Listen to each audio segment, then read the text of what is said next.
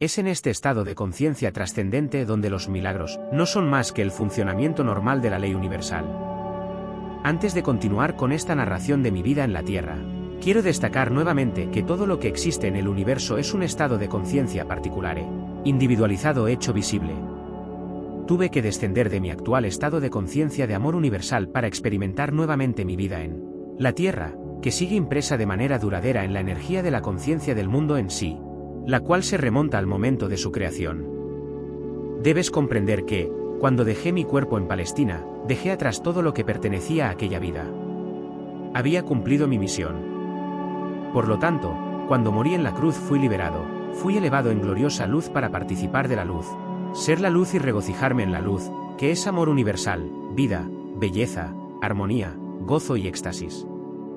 Moverse entre diferentes niveles de conciencia no es tarea fácil ni agradable.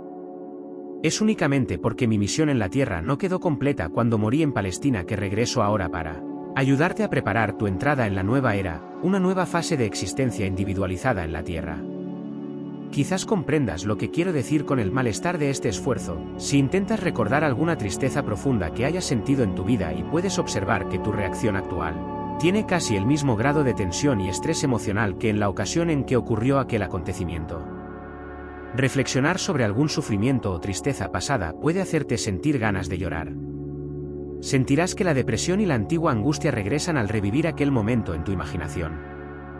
Puede que quieras alejarte de las personas porque tu conciencia ya ha descendido de su estado anterior de feliz equilibrio y paz para experimentar, una vez más, las vibraciones y formas de la conciencia inferior que creaste en el momento inicial de tu sufrimiento.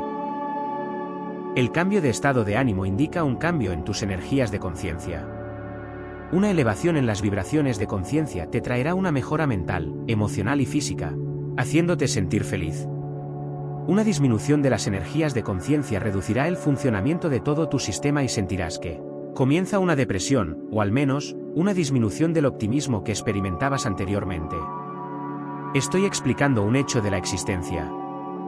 Todo tu universo manifiesta las diferentes frecuencias de vibración de las partículas de energía de la conciencia.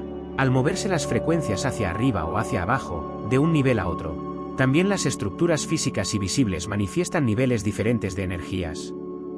Esto produce un cambio en los patrones mentales y emocionales, así como en la apariencia. Al descender de mi estado de conciencia para volver a entrar en las condiciones de mis tiempos en la Tierra, lo que me mueve es únicamente mi amor por la humanidad. Hace 2000 años que los cristianos reviven el trauma de mi crucifixión. Algunos, incluso, han experimentado los estigmas, que no son más que una respuesta emocional histérica y mórbida a lo que creen que sufrí. Estas personas se sobreexcitan hasta llegar a picos emocionales cercanos al frenesí, imaginando la angustia de mis sufrimientos antes de mi muerte. Su gratitud emocional por lo que soporté los lanza a un estado de estrés físico. Esto está siendo escrito en un día de Viernes Santo, y he venido especialmente para hablar sobre mi crucifixión. He venido para decirte que debes abandonar todo el drama relacionado con el recuerdo de aquel día.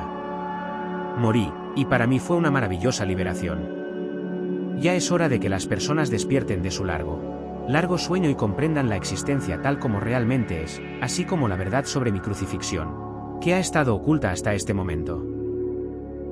Durante cada Viernes Santo, año tras año a lo largo de los siglos, en todo el mundo, se ha creado un estado de ser de conciencia traumático y contaminado. Este estado está tan lejos de la dimensión espiritual de la conciencia creativa universal como el infierno está distante del cielo. Ahora he elegido revivir mi vida en la tierra en el personaje de Jesús, a través de la mente de alguien que recibe mis palabras. Esto tiene como propósito ayudar al mundo a avanzar hacia una nueva fase de desarrollo espiritual y mental. Por eso, pido a aquellos que puedan recibir mis palabras que abandonen esta práctica de recordar mi muerte y de practicar la abnegación física durante el ayuno de la Cuaresma para conmemorar mis 40 días en el desierto. Como puedes comprender por lo que te digo, mis días en el desierto fueron de gran felicidad y bienaventuranza espiritual. Muchos acontecimientos de gran significado espiritual ocurrieron justo antes de mi muerte. Son ejemplos magníficos de las grandes leyes cósmicas en acción dentro de su dimensión de existencia. Ahora te estoy dando un breve relato de esos importantes acontecimientos. Mi propósito es iluminar completamente tu mente y ofrecerte un conocimiento que va más allá de cualquier Conocimiento recibido por cualquier otra persona en tu universo. Cuando comencé a preparar a mis discípulos para mi muerte inminente, enfrenté una tarea terriblemente difícil. Les costaba mucho contener el impacto y el asombro. La idea de que yo sería crucificado como un criminal común les resultaba repugnante, indescriptible, y además no querían perderme de vista. Yo los había llamado para que me siguieran y abandonaran sus vidas, las cuales habían sido bastante prósperas. Habían dejado a sus familias y hogares para rehacer sus vidas junto a mí y mi trabajo. Se sentían orgullosos de caminar conmigo por las ciudades. Habían estado dispuestos a unirse a mí y eran conocidos como mis discípulos, a pesar del rechazo y las duras críticas de los líderes religiosos. Además, me amaban y respetaban tanto por la forma en que vivía mis enseñanzas como por la manera en que sanaba a tantas personas con compasión y el consuelo que traía a sus vidas desventuradas. Creían verdaderamente que yo era el Hijo de Dios. ¿Cómo podía el Hijo de Dios terminar en la cruz?, se preguntaban. El asombro crecía con cada pregunta. Era impensable. Sentían que un tremendo vacío se abría ante sus vidas, una enorme grieta en la tierra bajo sus pies y una vasta extensión de inestabilidad y falta de propósito dentro de ellos mismos. No se atrevían a contemplar la posibilidad de mi crucifixión, de la cual les hablaba. Tal acontecimiento destruiría todo aquello en lo que habían creído con todo su corazón. Por lo tanto, mis discípulos se resistían fuertemente a lo que intentaba decirles y afirmaban repetidamente que tal cosa nunca podría ocurrir. Actué con firmeza ante sus tercas negativas y, finalmente, se sintieron obligados a silenciar sus argumentos y a aceptar, al menos aparentemente, que tal cosa podría ser posible. Les dije que, después de mi muerte, me volverían a ver y que esperaba que continuaran con el trabajo que yo había comenzado. El dolor y las discusiones que había provocado entre mis discípulos también me afectaron profundamente. No era tarea fácil ir a Jerusalén, donde me esperaba mi destino. Sobre todo, me preguntaba si estaría a la altura de ese gran desafío para la resistencia. ¿Sería capaz de trascender la condición física y entrar en el Padre, la conciencia universal, y permanecer allí hasta mi muerte? A veces sentía un miedo profundo ante el Calvario, pero no me atrevía a revelar ese temor a mis discípulos. Así, comencé mi último viaje hacia Jerusalén con una gran confusión de sentimientos. Por un lado, estaba cansado de sanar, hablar y enseñar a personas que me escuchaban con la boca abierta, pero sin ninguna comprensión real de lo que intentaba transmitirles. Pensaba que mi conocimiento permitiría a las personas salir de su miseria, al menos, establecer contacto con el Padre y obtener un atisbo del reino de los cielos. No había ninguna evidencia de tal despertar espiritual, ni siquiera entre mis propios discípulos. Mi decepción y mi sentimiento de fracaso me trajeron cierto alivio al pensar en abandonar la vida terrenal para dirigirme hacia la gloriosa existencia que sabía que me esperaba después de la muerte. Al mismo tiempo, me preguntaba cómo podría soportar el dolor de la crucifixión. A lo largo de mi misión, mi estado mental había sido más o menos pacífico y constante, con frecuencia lleno de júbilo, con mis pensamientos enfocados en el Padre, conciencia amorosa, autor de todo ser, sabiendo que bastaba con pedir y lo que pidiera se manifestaría rápidamente. Pero, ¿sería capaz de mantener mi serenidad cuando estuviera frente al consejo? Cuando me llevaran a la crucifixión, cuando me clavaran en la cruz y mi cuerpo colgara de mis manos. Como estaba dejando entrar la duda y el miedo, el nivel normal de las frecuencias de mi conciencia comenzó a descender. Estaba volviendo a las frecuencias de la conciencia del plano terrenal. Volví a ser víctima de mi antigua agresividad, que me impulsaba a actos irracionales que jamás habría considerado en mi estado anterior de total armonía con él. Padre, conciencia amorosa. Mis dudas y conflictos se exteriorizaron en mi vida como emociones e impulsos humanos que eran contrarios a la ley cósmica del amor. Primero ocurrió el episodio de la higuera. Tenía hambre y me acerqué al árbol, sin esperar realmente encontrar frutos, pues no era la estación de los higos. Al ver que mi búsqueda había sido infructuosa, maldije la higuera. 24 horas después, se había secado hasta las raíces. Fue una experiencia impactante. Era la primera vez que mis palabras causaban daño a algo. Sin embargo, dejó en claro a mis discípulos el poder del pensamiento tanto para el bien como para el mal. Demostró que cuanto más espiritualmente evolucionada es una persona, mayor es el impacto de sus palabras en su entorno. Aproveché la oportunidad para explicarles que había actuado de manera irreflexiva, como lo hacen la mayoría de los hombres y mujeres que, teniendo grandes expectativas, no obtienen lo que desean. Estas personas suelen reaccionar con ira, lágrimas e incluso con palabras duras que pueden o no significar una maldición o un deseo de mal para quien les haya negado lo que anhelaban. Mis discípulos ya habían visto con sus propios ojos lo que mi maldición había causado a la higuera. Ahora debían comprender que, teniendo una fuerte convicción, cualquier cosa que desearan o imaginaran podría concedérseles. Sin embargo, también debían estar constantemente conscientes de su estado mental y emocional. No debían guardar rencor a los demás, sino perdonar rápidamente, de lo contrario, podrían causar mucho daño a aquellos con quienes estuvieran resentidos.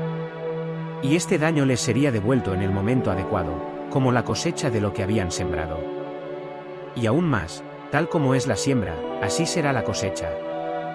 Sabía que lo que había causado a la higuera, inevitablemente, me sería devuelto de una u otra manera. Entonces llevé a mis discípulos al templo.